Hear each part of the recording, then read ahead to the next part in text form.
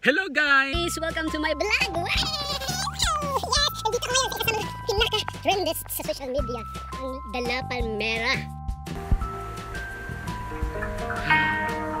Wow. So this is it.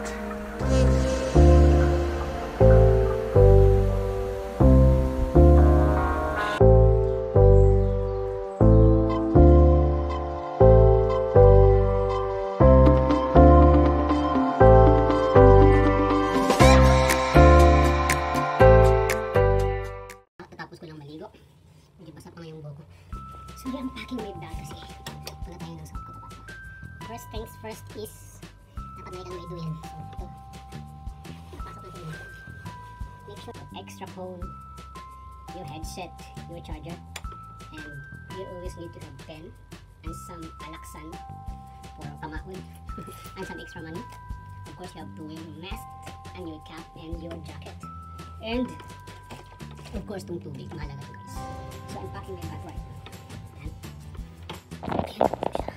Ang madalin ko kasi ngayon mag-overnight light climb lang po ito guys, light trick, and that's it. So later alis na tayo and let's go. Nandito ako ngayon sa bus stop ng van papuntang Tacoron. Ayan.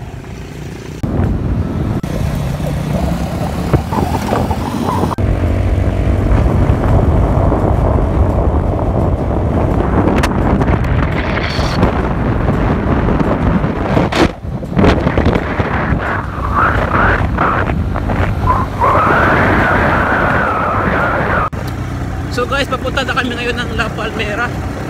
So ito yung dadaanan ninyo guys, rough road. Kaya bago kayo pumunta, uminumin kayo ng maraming gamot, alaksan.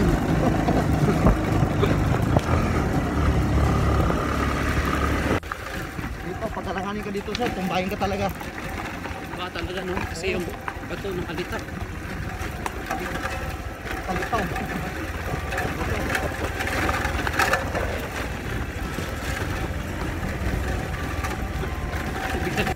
Ayan, tubig na naman guys.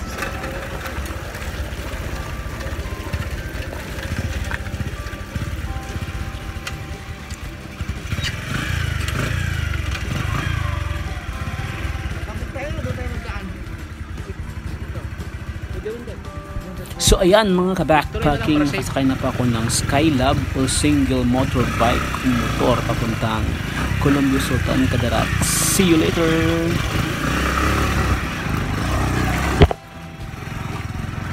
Tulas.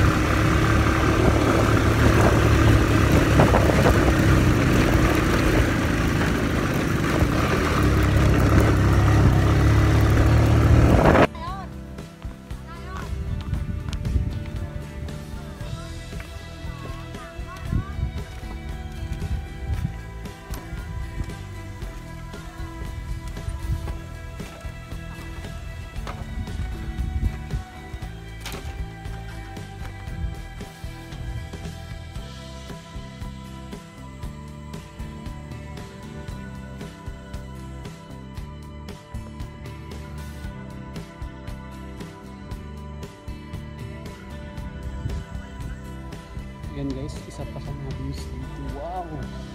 Ganda oh. What? Sarap. Sarap naman dyan. Yan, naalala ko tuloy yung bukid nun. Aninipan Ridge at saka Panimahawa Ridge. Ang ganda oh. Tingnan nyo guys.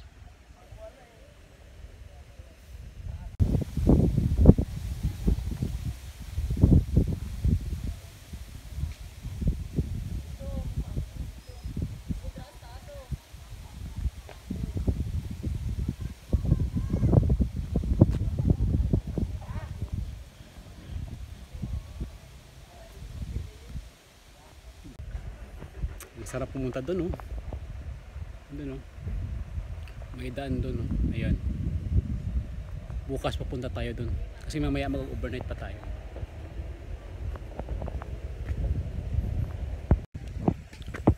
Buti na nga lang talaga nakapag-charge ako ng power bank kagabi pala. Kaya, kasi nalubat ako eh. Kailangan pag pumunta kayo dito, mayroon kayong mga 3 extra na power bank. Mahirap malubat sa ganitong lugar. Wala kasing ano dito, kuryente. Pero ngayon pupunta tayo dun sa baba.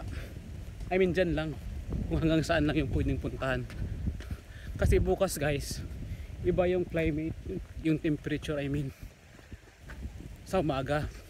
Ngayon punta tayo dun, alamin natin.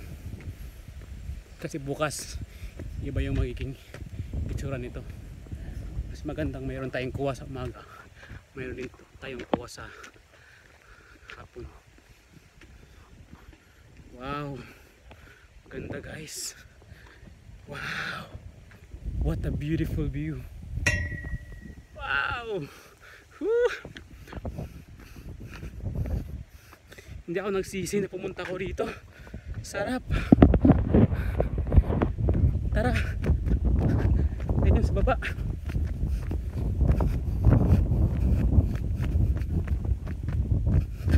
Ganda! Sobra. Tignan niyo yan guys. Sobrang ganda guys. Let's run!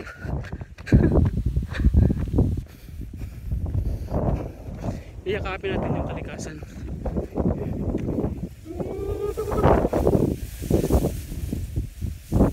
Ang sarap. Stress-free life.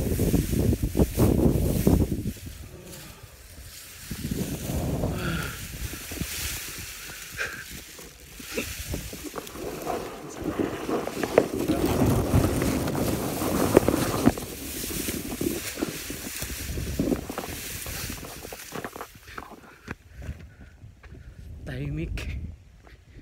Wow. Look at this guys. Look at this. Wow. Wait. I'll take pictures. So ayan guys. Patras tayo guys. Yes! Woo! Nature. Meron pa dun sa pinakababa. Sarap. Ganda ng view.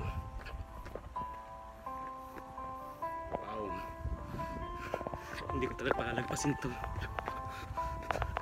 Ito talaga yung isa sa mga gusto kong mangyari after 1 year. Yeah!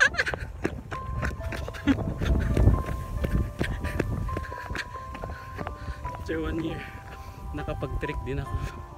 Sarap.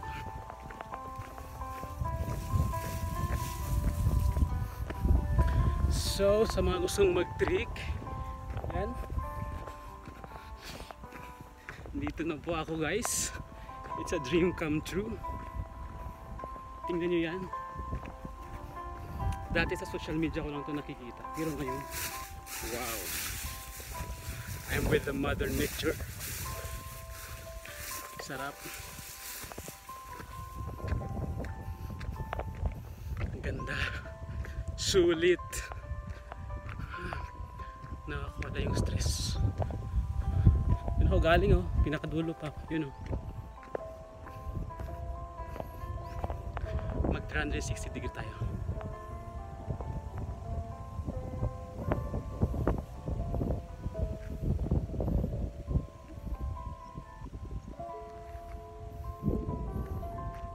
Yes!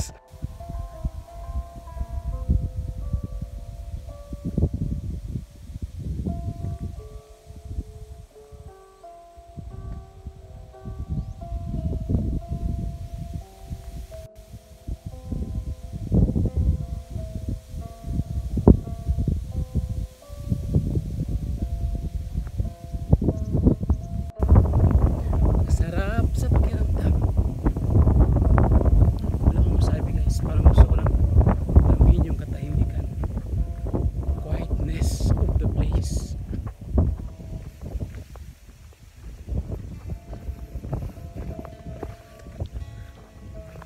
with this God-made creation. So in this vlog guys, wala tong edit no, pure organic tong mga captured ko. Ayan. Yung entrance hanggang doon kayang abutin ng motor, so hindi ka mahirapan, walang masyadong mabubur na fats, kaya sobrang sarap, hindi ka mahirapan dito guys. Punta tayo doon, ang sarap. Wow, welcome to the La Palmera, only here in Sultan Kudarat. Sultan Kudarat. Honest opinion guys, honest feeling sa nararamdaman ko ngayon, para akong para akong speechless na maluluha. Kasi this year hindi talaga maganda yung year para sa akin this year, because plans never happens according to sa pinagplano. So it's a long way na I stay quiet and stressful. I think the whole year round matapos na next month, but I survived, siguro I survived from all the stress na experience ko. At ngayon nandito ako sa lugar na to, napifeel ko yung freedom, peace, yung nature. Even without malls or anything na pwede tayong libangin, the nature itself para kang niyayakap. Ang sarap ng sa pakiramdam. And that is how God will comfort us. Whew, sarap. The best talaga ang Panginoon. At the end of the day, at the end of the year, and the end of each day, God is really great and good. Sa panahon ng pandemya, He just illustrate na money, pag magkasakit ka, pag nadapuan ka ng sakit, wala rin. It's better. The best talaga pag meron tayong relationship with God. Wow. So this is it. Ito na po yung final kiss of sunset sa area na to. Is simply amazing.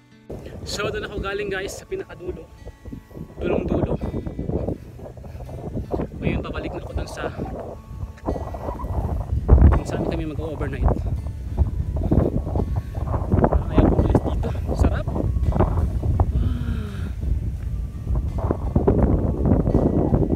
Sarap namin.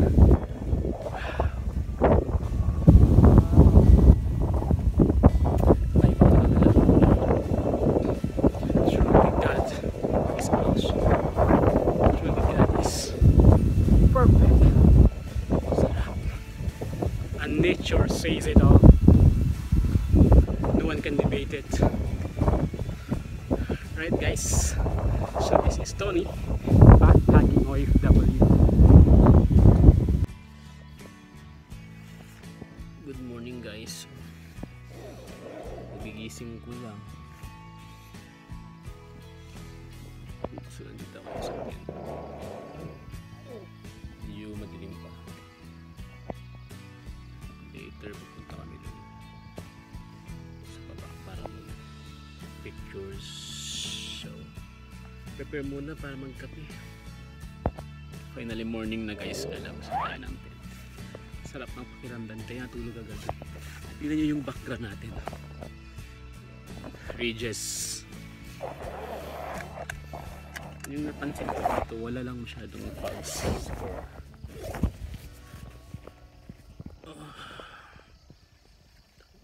Natulog yung gabi.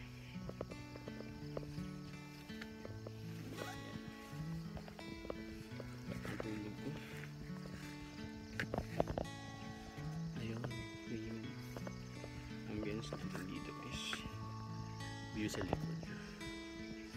Good morning. Uminom kami ng ako ng tando ay kagabi ako. Mag-isa ko lang, hindi ko naubos. Kaya ang sarap ng tulog ko rin. Masarap sana pag may wine pala. Good morning mga kabiyahe, ka-OFW. So ito tingin ko ito na yung araw talaga na iiwan ko yung La Palmera kasi uuwi na ako ng Kidapawan City. Namimiss ko tong lugar na to at for sure babalik ako dito nung may kasama kasi ngayon mag-isa ko lang eh. Yung mga tulog kagabi meron din akong duyan.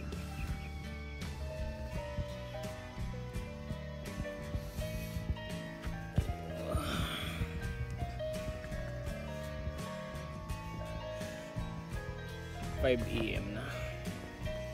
Sarap talaga.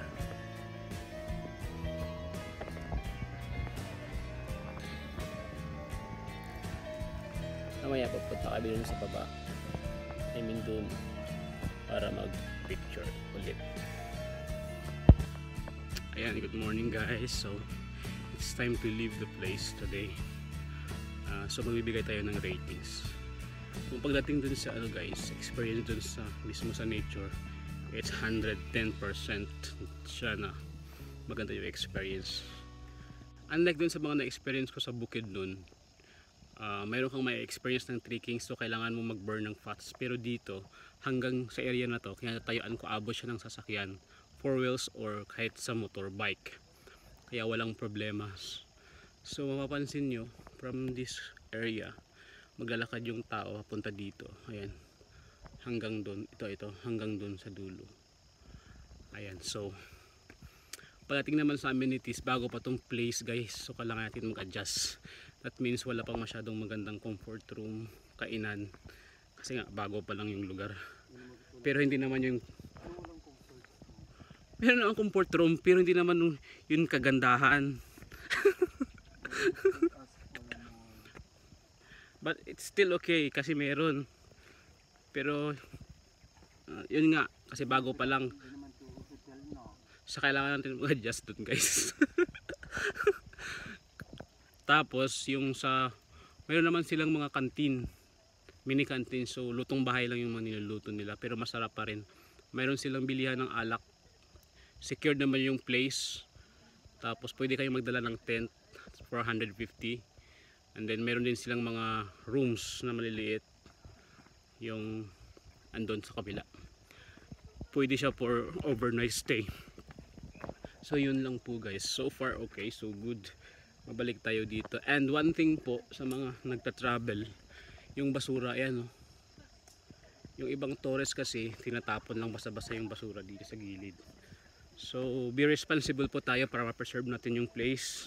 Mas lalo pa siyang tumagal kasi it will be cause closure tulad sa Boracay.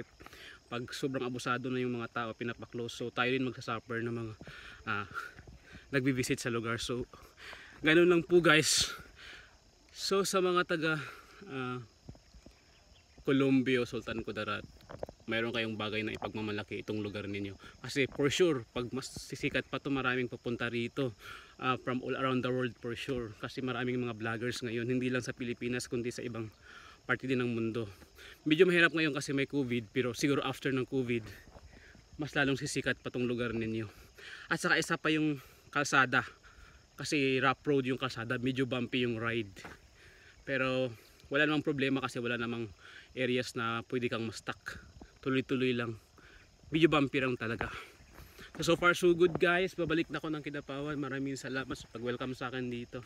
At sa nag-invite sa akin dito at sumama. Thank you. Hanggang sa muling pagbabalik. Signing off.